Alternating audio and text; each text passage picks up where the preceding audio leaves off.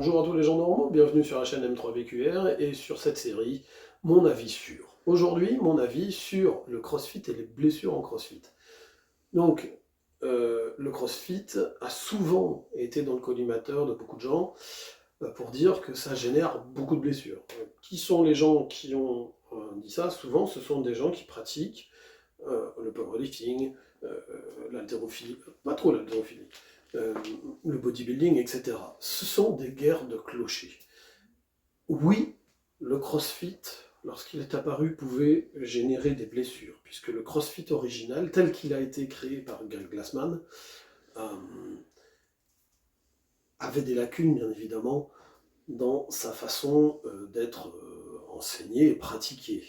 Mais euh, c'est pas des imbéciles qui l'ont inventé. Ils ont fait évoluer le CrossFit. Le CrossFit que vous avez aujourd'hui n'est pas le CrossFit qui est apparu dans les années 2000. Euh, et beaucoup de choses ont été apportées pour remédier aux problèmes qu'on rencontrait au départ. Le CrossFit, pour ceux qui ne savent pas, va emprunter des exercices à trois grandes catégories. Ce qu'ils appellent weight, donc l'utilisation de charge, notamment powerlifting et haltérophilie. Tout ce qui va être gymnastique, gym, donc là ça va être des marchés sur les mains, faire des mouvements calisthéniques tels que le muscle-ups, des tractions, etc. Et le Metcon, le Metabolism Conditioning, qui va regrouper tout ce qui est cardio, basse et haute intensité, avec des outils différents, ça peut être des vélos, ça peut être aller nager, faire de la corde à sauter, notamment les fameux double unders, où on passe deux fois la corde dessous les pieds en un seul saut. Et organisé de telle sorte que vous puissiez, selon le nombre de séances que vous faites par par semaine, travailler plusieurs fois chacune des qualités. Au départ, le CrossFit c'était 30 minutes, échauffement, WOD, Workout of the Day, et bim, c'était fini. Depuis, ils se sont bien rendus compte que des gens qui n'ont pas l'habitude, qui viennent se mettre au CrossFit, ont des lacunes techniques. Qu'est-ce qui blesse? Ce ne sont pas les mouvements, ce sont les lacunes techniques dans les mouvements et certains paramètres qu'il peut y avoir à côté. Notamment, dans le CrossFit, l'utilisation d'un chrono. Souvent, on est en contre-la-montre. L'objectif, c'est, je fais par exemple un circuit et je dois le faire avec un chrono minimum. On a tendance à bouffer les mouvements, et si on n'est pas déjà suffisamment bien robuste sur ces mouvements, c'est là que la blessure peut apparaître. Alors, il y a eu aussi certains types de tractions qui ont été remis en cause, les fameuses tractions en butterfly, comme elles sont appelées en CrossFit.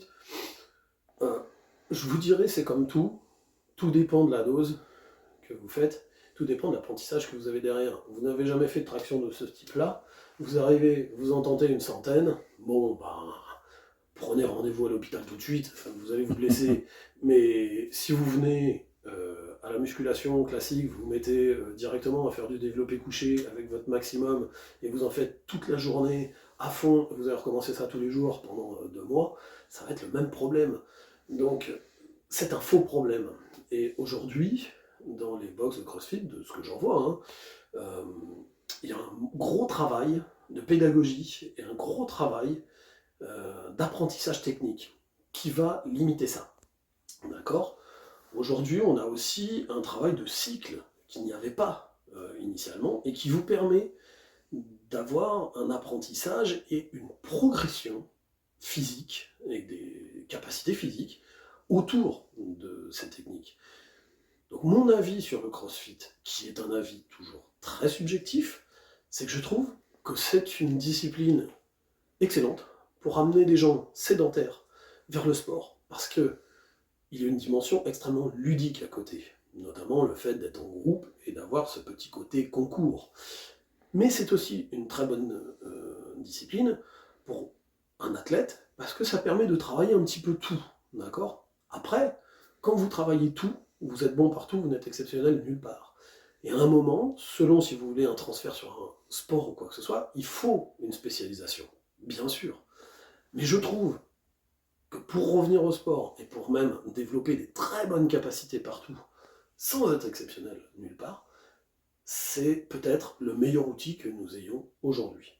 Donc voilà, c'était mon avis subjectif sur le CrossFit et je vous dis à très bientôt pour une autre vidéo.